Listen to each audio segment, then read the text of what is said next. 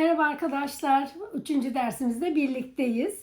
Bugünkü dersimizin konusu daha önce de bahsettiğimiz gibi epoksimizin tartılması, karıştırılması yani hazır hale getirilmesi. Bu da zaten daha önceki bir ve ikinci dersimizde epoksimizin A ve B2 bileşenden oluştuğundan bahsetmiştik. Karıştırma işlemine geçmeden önce tabii ki epoksi ile ilgili bilmemiz gereken çok önemli noktalardan bir tanesi de epoksinin çeşidi. Yani bizim derslerimizde yani benim size anlattığım ince döküm epoksi diye bahsettiğimiz hobi amaçlı kullanılan epoksi çeşidi. Yani biz bu epoksilerle neler yapabiliyoruz? Tepsi yapabiliyoruz. Şu şekilde kitap ayraçları yapabiliyoruz. Ya da harf anahtarlıklar ya da farklı anahtarlıklar. Bardak altlıkları yapabiliyoruz. Bu hobi amaçlı yaptığımız çalışmaların hepsinde ince döküm dediğimiz epoksileri kullanıyoruz.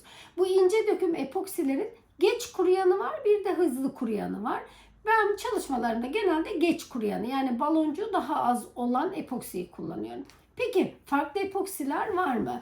Şimdi eğer bu ayrıntıyı bilmeden epoksi alırsak ve yapacağımız ürüne uygun değilse eğer epoksi, o zaman yine istediğimiz sonucu elde edemeyebiliriz. Peki dikkat eder yani ince döküm kalın döküm dediğimiz nedir? Yani farkı nedir arasında? İnce döküm dediğimiz şu şekilde en fazla 1 santim kalınlığında olan kalıplarımıza yaptığımız çalışma. Yani en fazla 1 santim kalınlığında döküm yapabiliriz bu epoksilerde. Zaten biz bütün çalışmalarda 2 kere döküm yapacağız. Yani 5 milimlik dökümler yapacağız. Ama en fazla 1 santim derinliğinde bir döküm yapabiliriz. O yüzden tepsi, anahtarlık ya da bardak kapları bunun için uygun. Peki kalın döküm dediğimiz epoksi nasıl bir şey? Mesela bakın elimde küçük bir kalıp var, silikon kalıp. Küçük ama derinliğini görüyor musunuz? Yani burada muhtemelen 4 santimlik. Ben bu epoksiyle tek seferde buna bir döküm yapamam. Çünkü en fazla 1 santim derinliğinde döküm yapabilirim.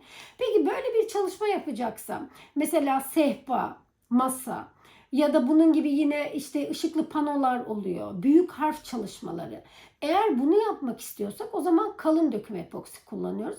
Kalın dökümde de 2 ya da 3 santime kadar döküm yapabiliyoruz. Yani böyle bir çalışmaya diyelim ki şöyle bir kuru çiçeğiniz var. Bu kuru çiçekle böyle bir çalışma yapmak istiyorsunuz. O zaman kalın döküm epoksi kullanacağız. Ben genelde bu çalışmaları yapmıyorum. Ama epoksinizi alırken buna lütfen dikkat edin. Ama böyle bir ürüne siz ince dökümle çalışma yapmak isterseniz buna en az 7 gün boyunca birer santim birer santim döküm yapmanız gerekiyor. Ama kalın bir epoksi, kalın döküm epoksi kullanıyorsanız işleminiz çok daha kolay olacak. O yüzden masa, sehpa yaptığınız çalışmalarda kalın döküm kullanıyoruz. Tepsi gibi bu tür küçük objelerde ince döküm dediğimiz bu epoksileri kullanıyoruz. Peki başka ne var epoksi çeşidi olarak? Mesela şöyle bir deniz efekti yapmak istiyorsanız bunun için kullanılan epoksiler genelde 1'e 1 oranında ölçüler oluyor. Bu benim yaptığım bir ilk çalışmaydı, denemeydi.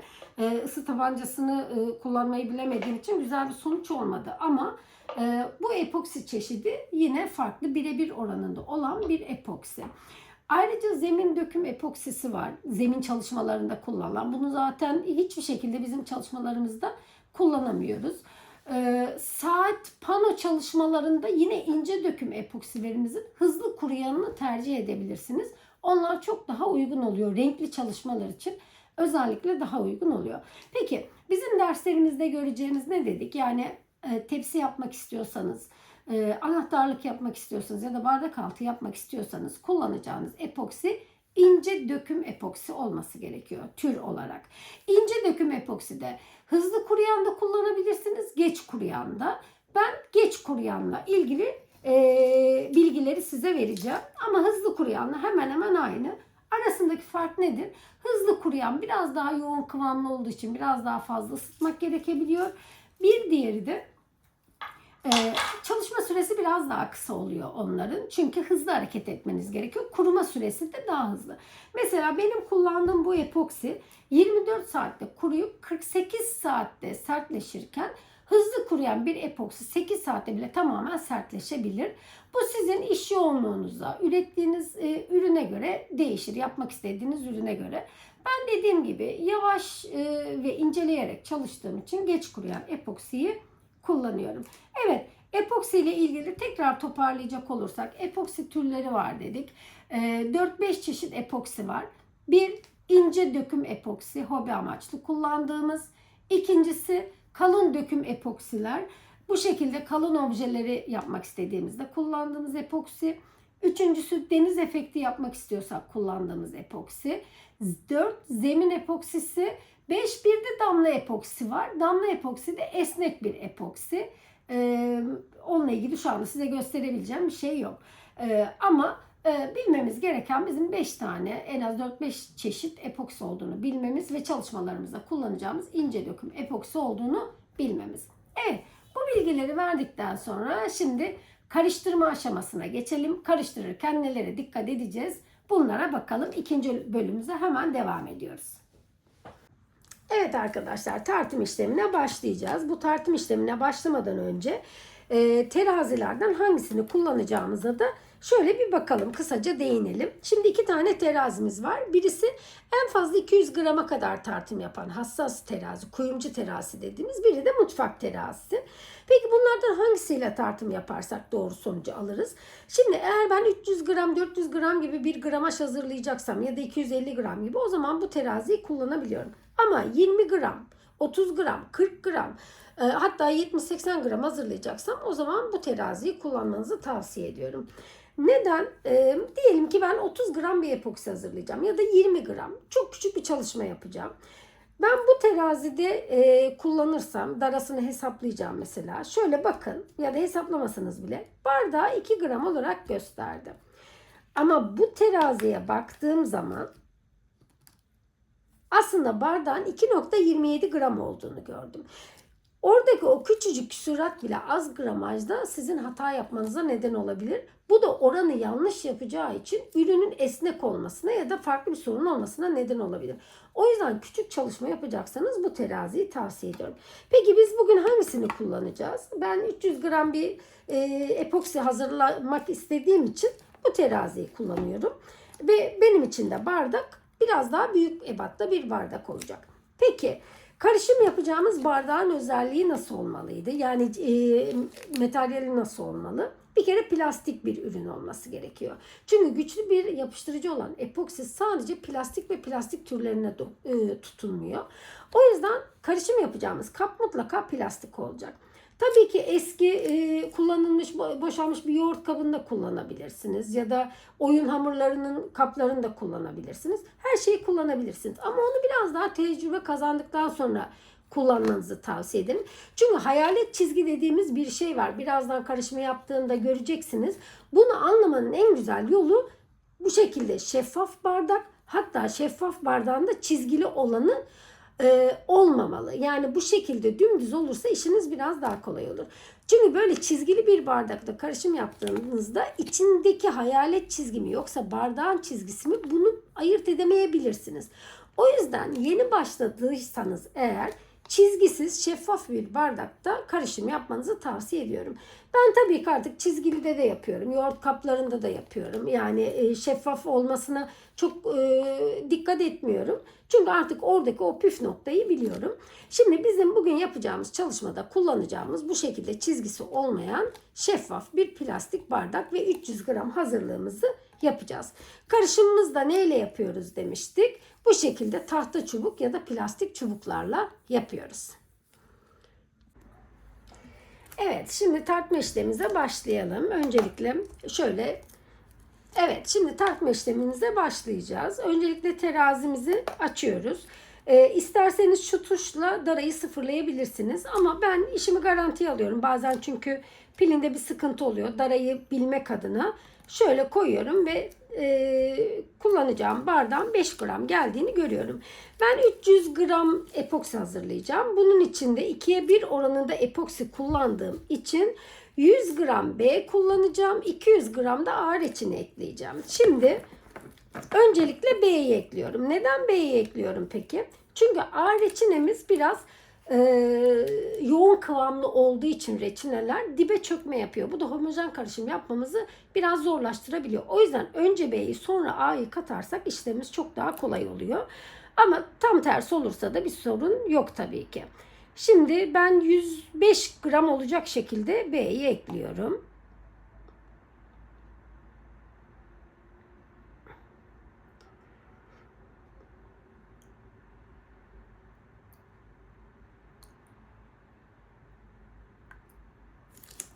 Evet. 100 gram B, 5 gram da zaten daramızdı. Bu şekilde B'yi ekledim. Bu arada dediğim gibi ben şu anda gaz maskesi kullanamıyorum. Sesimi daha net almanız için. Ama mutlaka gaz maskesiyle çalışmak gerekiyor. Hatta ben biraz tıkanmaya başladım. Nefes almakta zorlanıyorum. Bu arada çalışma odam şu anda 25 derece. Epoksimi önceden ısıttım zaten ikinci dersimizde gördüğümüz gibi. Şimdi 305 olacak şekilde A'yı da ekliyorum.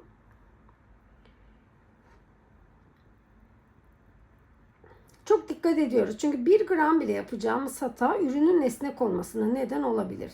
Yani esnekliğin sebebi buradaki oran hatası. Yapış yapış olmanın sebebi çok farklı. Onu da anlatacağım. Özellikle B'yi fazla koyarsanız esneklik oluyor. Yani herkes B'yi az koyarsak esnek olduğunu düşünür ama tam tersi aslında. Evet. 305 oldu. Şu anda epoksimin oranına göre 2'ye 1 oranında, yani 2 ölçü A, 1 ölçü B ekledim. Şu anda görüyorsunuz zaten ne kadar bulanık olduğunu karıştırmaya başlamadan önce. Ve bunu şimdi karıştırmaya başlıyorum. Terazimi artık buradan kaldırabilirim. Peki. Şimdi karıştırırken dikkat etmemiz gereken şeylerden bir tanesi de ne? Bakın tamamen bulanık. Çok hızlı hareket etmemize gerek yok. Çok yavaş da olmayacağız. Ama hep aynı yöne karıştırmak epoksimiz için önemli. Bu da hızlı kürleşmesini engelleyecek. Peki bunu hep aynı yöne doğru karıştırırken şu şekilde havada tutarak karıştırmayacağız. Ne kadar kenarlara değdirerek ve dibe değdirerek karıştırırsak hem baloncuk o kadar az olacak hem de kenarlarda homojen karışım olmamış olan kısım kalmayacak. Böylece çok daha güzel bir karışım elde edeceğiz. Evet, bu şekilde karıştırıyorum. Hiç hızlı çekim yapmayacağım burada. Şöyle biraz kamerayı da eğeyim sizin için. Şöyle.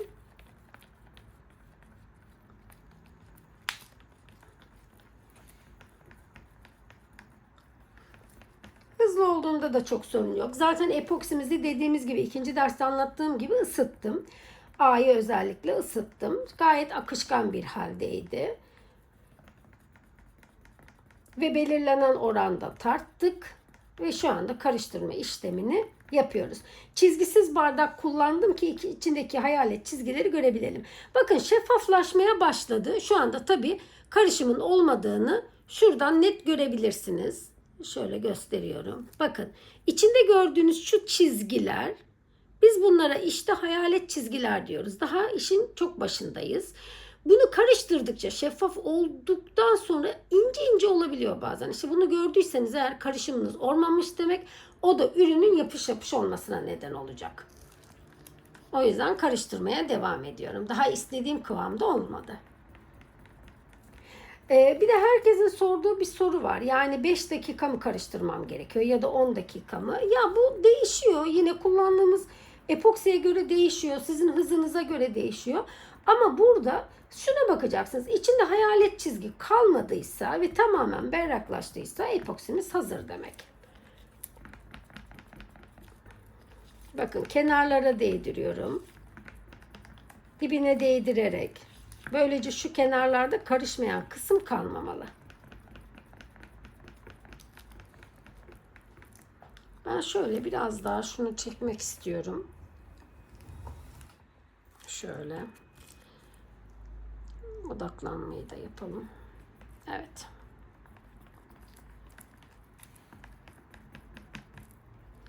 Şöyle bakalım hala var mı içinde hayalet çizgi dediğim küçük küçük çizgiler. Aslında var ama şu anda sanırım siz çok göremiyorsunuz. Şuralarda var mesela küçük küçük. Aslında şöyle baktığımızda çok güzel berrak hazır zannediyoruz ama hala hazır değil aslında. O yüzden o hayalet çizgileri, ince ince çizgileri görüyorsanız karışımımız hazır değil. Henüz homojen hale gelmemiş. O yüzden de karıştırmaya devam ediyorum.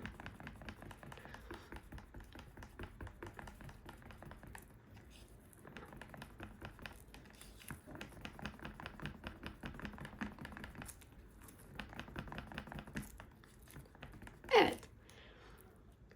Aslında şu anda epoksimiz hazır gibi, dökümü hazır gibi. Ama ben burada şöyle bir işlem yapıyorum. Bu da yine bir püf nokta. İkinci bir bardağı ekleyip ondan sonra döküm işlemine geçiyorum. Burada birkaç dakika daha karıştırıyorum.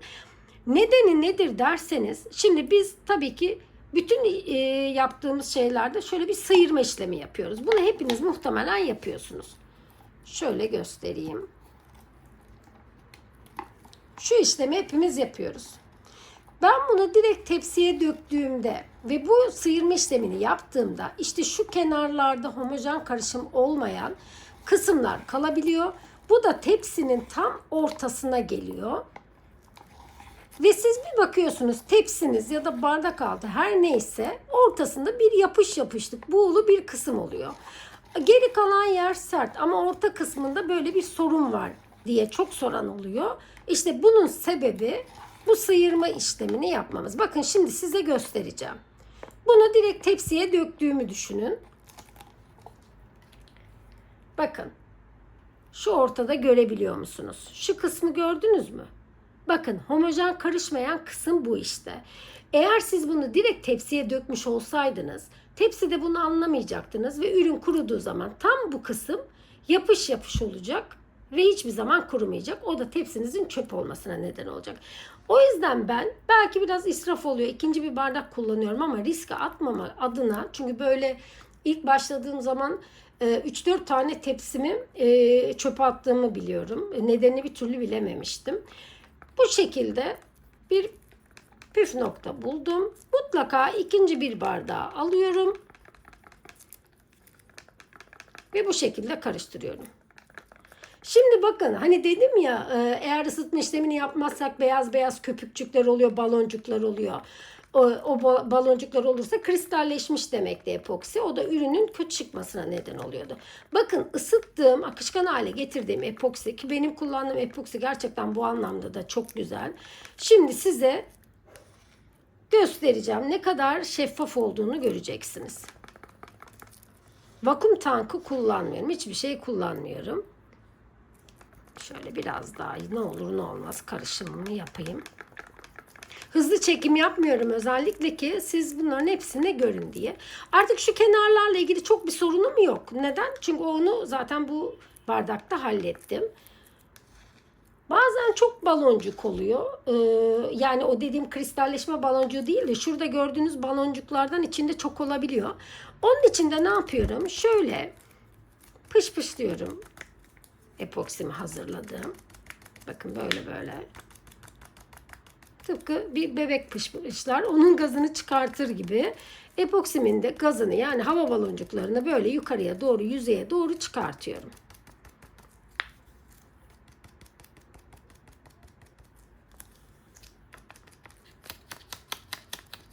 Şöyle alttan da buluyorum. Şöyle görüyorsunuz bakın yüzeye doğru çıktı zaten. Birkaç dakikada böyle dinlenmeye bırakıyorum. Ama bu birkaç dakika kullandığınız epoksiye göre değişir. Hızlı kuruyan bir epoksi kullandığınızda o 2 dakika sizin için sıkıntı olabilir. Birden ısınmaya başlar. Şu yüzeye çıkanları da şöyle pürmüzle patlatıyorum dökümü yapmadan önce. Ama pürmüz tuttuğum yeri dikkat ediyoruz. Çok da tutmuyoruz. Hafif şöyle bir daha yapıyorum ve bunu dinlenmeye bırakıyorum. Benim hatta şu anda dinlenmesine bile gerek yok. Çünkü tamamen sıfır baloncuklu. Şöyle görüyorsunuz. Artık döküme hazır hale geldi. Şimdi ben biraz ince çalışma yapacaksam bunu birkaç tane bardağa bölebilirim. Çünkü hani az önce söyledik ya, ince döküm, kalın döküm epoksi. Bu kadar derinlikte olduğu için bu hızlı ısınmaya başlayacak. O yüzden geniş bir yüzeye bunu dökmem lazım. Bakın hiç baloncuk kalmadı. Tamamen şeffaf, berrak bir epoksimiz oldu. Şimdi diyelim ki sizde baloncuk fazla oldu. Bu şekilde pışpışladınız, aldınız, bıraktınız, dinlenmeye bıraktınız. 2-3 dakika geçti. Öyle aşırı bir ısınma da yok. İşte o aşamadan sonra bir daha asla karıştırmıyorsunuz. Tekrar ısınmasına sebep olursunuz. Bir diğeri, burada yine size söylemek istediğim şeylerden bir tanesi. Hani bölerek kullanıyoruz dedik. Çünkü aşırı ısınmasını önlememiz gerekiyor. Ama ben şimdi hemen döküm yapacağım. Tepsilerimin birinci katları dökülmüştü zaten. Burada şuna dikkat ediyoruz. Aşırı derecede ısınmamasına. Çünkü çok fazla ısınırsa epoksi ve böyle döküm yaparsanız kalıbınıza zarar verirsiniz. İkincisi, döktüğünüz anda tepside küçük küçük dibine çökmüş baloncuklar oluşur. Yani siz dersiniz ki ya hiç baloncuk yoktu ama döktüm. Dibine böyle çökmüş şekilde küçük küçük minik baloncuklar var. İşte o aşırı ısınmış epoksiden kaynaklı olur. O yüzden çok ısınmamasına dikkat edeceğiz. Bir diğer dikkat etmemiz gereken şeylerden biri, dökerken böyle yüksekten dökmeyeceğiz. Bazen videoları görüyoruz, böyle çekim amaçlı yukarıdan dökülüyor. Ne kadar yukarıdan dökerseniz baloncuk da yine o kadar fazla olacak. Şimdi benim bu elimdeki ürün hazır. Ben hatta şu anda tabii size anlatmaya devam ettiğim için ve aşırı ısınmasını istemediğim için şöyle ikiye bölüyorum ki ısınmasını yavaşlatayım. Evet, bu şekilde epoksim hazır ve su gibi berrak olduğunu görebiliyorsunuz. Merhaba arkadaşlar. Size çektiğim videodan sonra tepsi dökümlerim için şöyle 1 kilo 200 gram kadar bir epoksi hazırladım. Bu bakın biraz daha baloncuklu oldu. Bunu da size göstermek için hemen tekrar çekime devam etmek istedim. Şöyle 1 kilo 200 gram olarak büyük kapta hazırladım. Böyle 4 bardağa böldüm. Ki hızlı bir şekilde ısınmasın. Bu döktüklerimi de tabii ki tekrar şöyle bir karıştırıyorum. Şimdi bunların daha baloncuklu olduğunu göreceksiniz. Çünkü ağır reçineyi çok fazla ısıtmamışım. Biraz acele davrandım. Ama şimdi size o baloncukların nasıl yüzeye çıktığını burada daha iyi göstereceğim. Şöyle hayalet çizgilerin olmadığını görüyorum ama yine de bu homojen karışımın olmama ihtimaline karşı biraz daha karıştırıyorum. Çünkü hala sıcak değil epoksim. O homojen karışımı eğer iyi yapmazsanız, yani o hayalet çizgilere dikkat etmezseniz ürününüz yer yer yapış yapış olacak.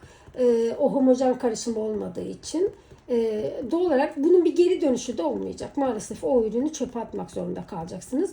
Ve homojen karışım olmamış bir epoksiyi kalıba döktüğünüzde muhtemelen kalıbınızda kötü olacak. Bak, kalıbı kurtarabilirseniz o kârınız oluyor.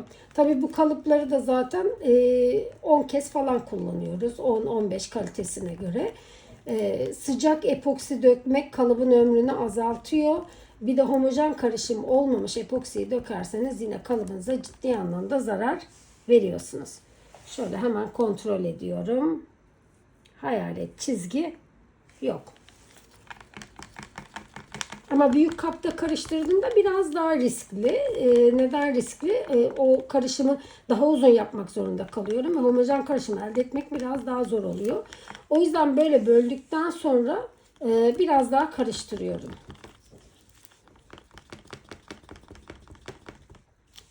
Bakın şimdi bunların baloncuklu olduğunu göreceksiniz. Bu baloncuklar sorun değil.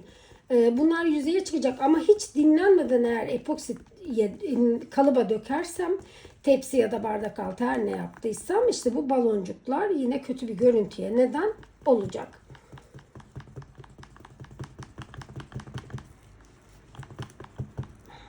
Evet.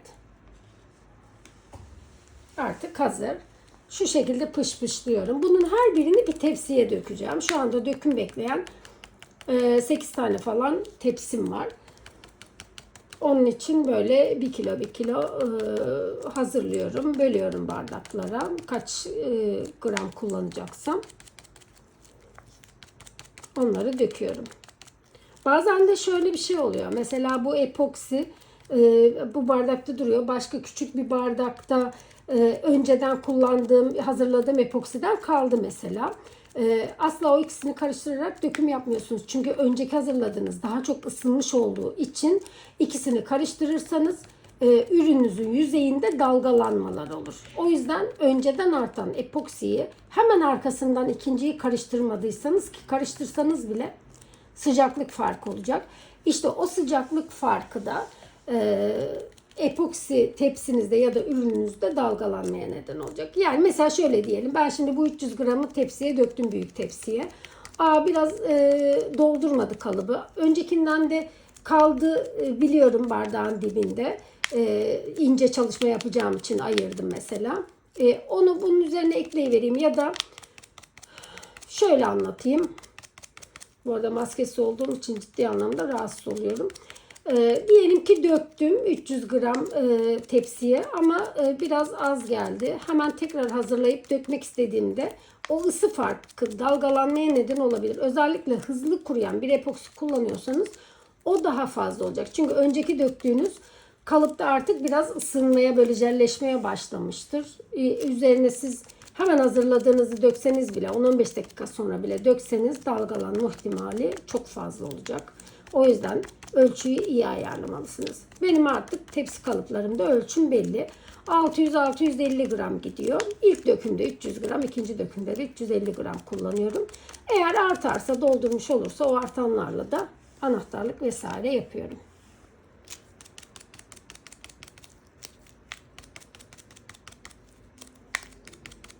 Bakın pışpışlıyorum. Hepsinin üzerine zaten baloncuklar toplandı. Birkaç dakikada dinlenince ne kadar şeffaf olduğunu göreceksiniz. Bakın şu kenarlarda özellikle daha çok oluyor. Biraz da alttan. Evet. Şöyle yüzeyindekileri görüyorsunuz. Ben hemen onu pürmüzle patlatacağım.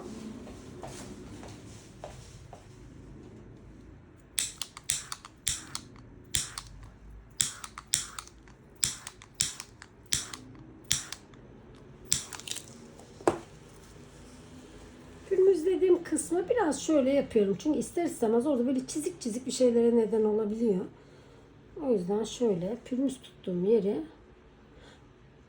bakın hiç vakum tankına gerek kalmıyor. Siz zaten elinizde bunu yaparak nasıl şeffaf bir ürün haline getirmiş oluyorsunuz.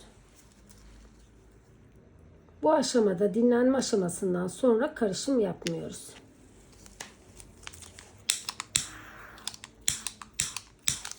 Evet.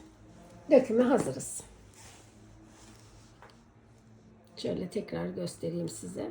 1-2 dakika daha bekleyeceğim. Ondan sonra dökeceğim. Şöyle birazcık daha beklemem gerekiyor. İşte bu epoksiyi yeterince sıkmadığım için oldu. Ama yine de sorun yok. Birkaç dakika bekleyince mesele çözülecek. Ama hızlı kuruyan bir epoksi kullansaydım bu kadar vaktim olmayabilirdi. Evet. Karışım işlemimiz bu şekilde. Bunu hemen görünce tekrar çekmek istedim. Videoya da ekleyeceğim bunu da. Kendinize iyi bakın. Hoşça kalın.